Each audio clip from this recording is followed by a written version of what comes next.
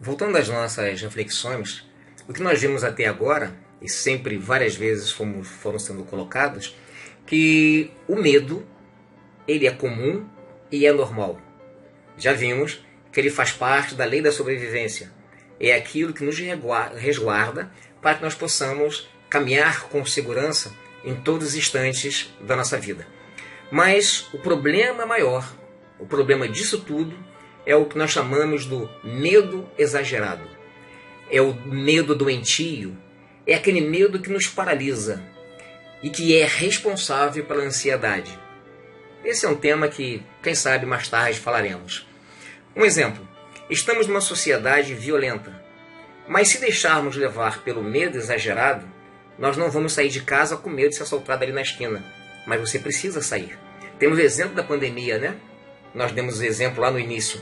No começo dela, eu vejo aqui no meu entorno, o pessoal estava apavorado, não saía de casa. E hoje você consegue fazer as coisas porque entendeu que não precisava ser assim. Então, o medo, ele envolve as pessoas e as impede de realizar as mínimas obrigações do dia a dia.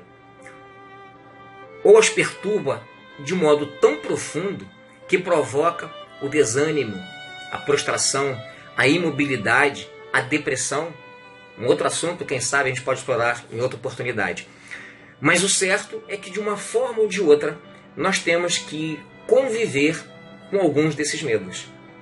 Evitá-los, muitas vezes, ou procurar até mesmo esquecê-los se não somos capazes de resolvê-lo. Mas vamos a alguns conceitos que o medo nos provoca.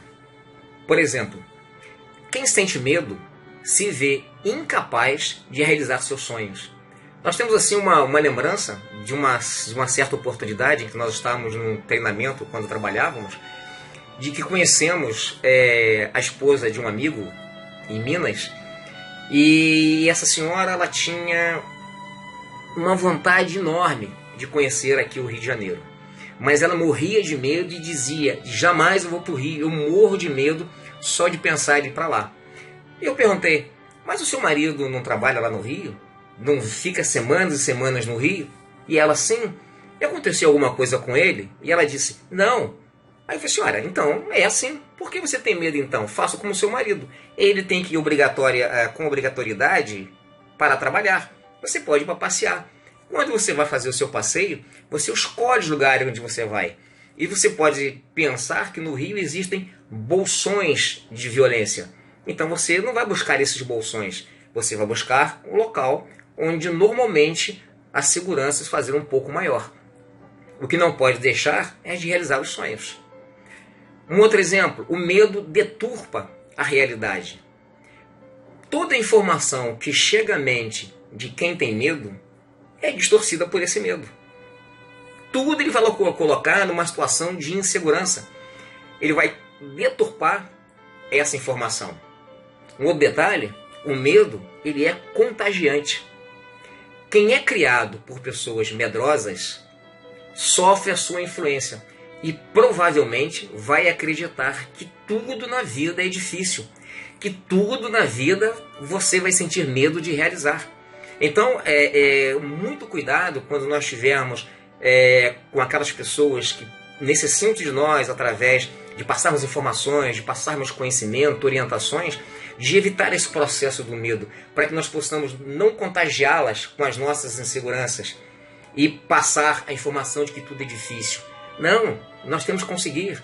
A vida é assim, com coragem, com perseverança, com determinação, e superar esse medo e não deixar que ele se contagie. E da mesma forma que você passa essa informação medrosa para alguém, você também recebe essa informação medrosa. E muita gente muito envolvida, muito vai se deixar levar e vai sentir medo. Podemos ver que o medo ele é um padrão de pensamento defeituoso. Quem tem medo, ele vai ver tudo sob a ótica do medo exagerado. Ou seja, ele não vai fazer nada de forma espontânea. Ele vai fazer tudo daquele jeito medroso, daquele jeito que não vai fazer nada direito. Quem tem medo não faz nada direito. Então nós temos que evitar esse padrão mental defeituoso que é gerado pelo medo. O medo, ele é um pensamento. E o rumo dos nossos pensamentos pode e deve ser controlado por nós mesmos. Então nós temos que trocar o nosso pensamento. É desconstruir pensamentos negativos, pensamentos errados, pensamentos inseguros, para construirmos pensamentos seguros, pensamentos de coragem, de determinação, para que a gente possa superar as nossas incertezas, para que nós possamos superar as nossas inseguranças. O medo de enfrentar os seus problemas e resolvê-los impele as pessoas a se conectarem com outras mentes. E quais são elas? A dos nossos irmãos desencarnados. Nós vamos sempre atrair aqueles que pensam como nós. Então, se nós somos medrosos, vamos ter aqueles ao nosso lado que também sentem medo.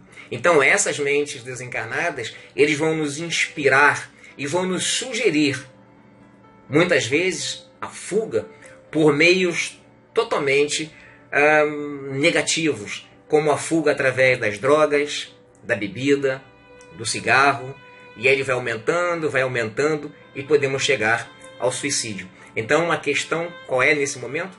Mudar o nosso padrão mental, buscar a arma ideal para vencer todos os nossos medos. Da mesma forma que para vencer as nossas limitações espirituais. E qual é essa arma? Nós dissemos isso lá no começo. O conhecimento. O conhecimento ele é fundamental para que a gente possa superar todos esses medos, para que a gente possa se encorajar, para que a gente possa estar de posse de todo o nosso eu. E esse nosso eu, ele tem que ser um eu com uma visão aberta, encorajadora, superando assim as nossas limitações. E nós não fomos feitos para sermos limitados, nós fomos feitos para vencer. E essa é a ideia que nós temos que colocar em nossa mente. Buscar o nosso crescimento espiritual e não nos paralisarmos com medo chegando até nós.